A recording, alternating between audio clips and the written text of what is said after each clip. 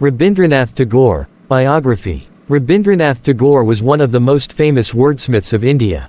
He was also known as Gurudev, or the poet of poets, for having cast an unforgettable impression on the minds and hearts of his readers. Early childhood. Rabindranath was the youngest of the 13 children born to Rabindranath Tagore and Sarada Devi. He was born on the 7th of May 1861 in Calcutta, Bengal. Rabindranath was fondly called Rabi by his parents. His father was a well-known Hindu philosopher and social reformer who introduced little Rabi to the world of theatre, music and literature at an early age. A child prodigy, Rabindranath wrote his first poem when he was merely 7. He did his early education at home and spent most of the time in the lap of nature.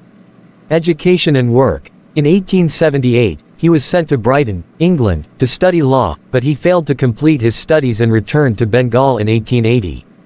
Back in his hometown, he devoted himself completely towards his love for reading and writing. In 1882, he wrote one of his most acclaimed poems, Nirjarar Swapnabhanga. In 1883, Tagore married Mrinalini Devi and fathered 5 children. In 1890, his compilation of poems, Manasi, was released. The period between 1891 and 1895 saw the release of his collection of short stories, Galpaguchcha.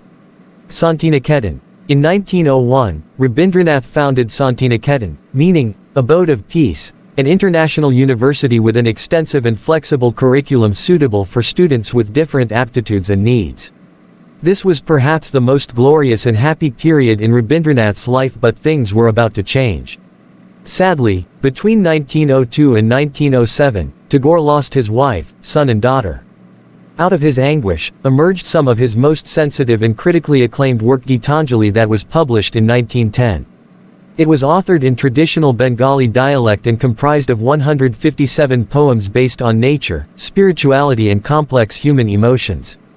Gitanjali and Nobel Prize. Rabindranath's popularity grew manifold after the publication of Gitanjali in India as well as abroad, and in 1913, he was awarded the Nobel Prize in Literature.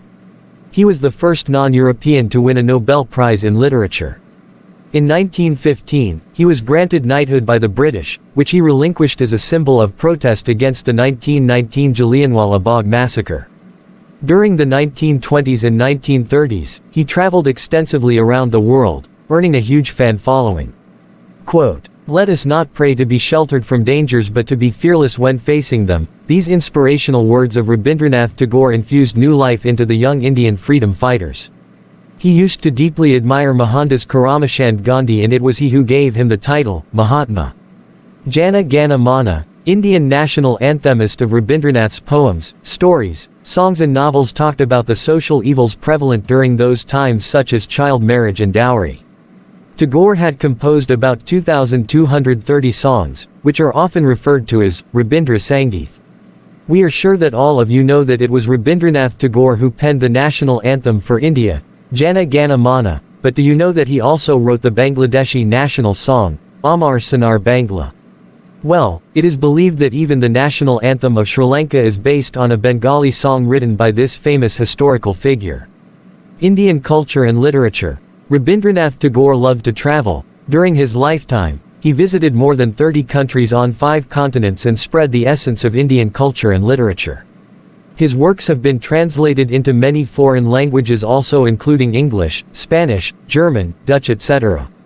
Even today, years after his death, this sage-like man is alive in the hearts of the people of India through his treasured contribution in the realm of literature and music.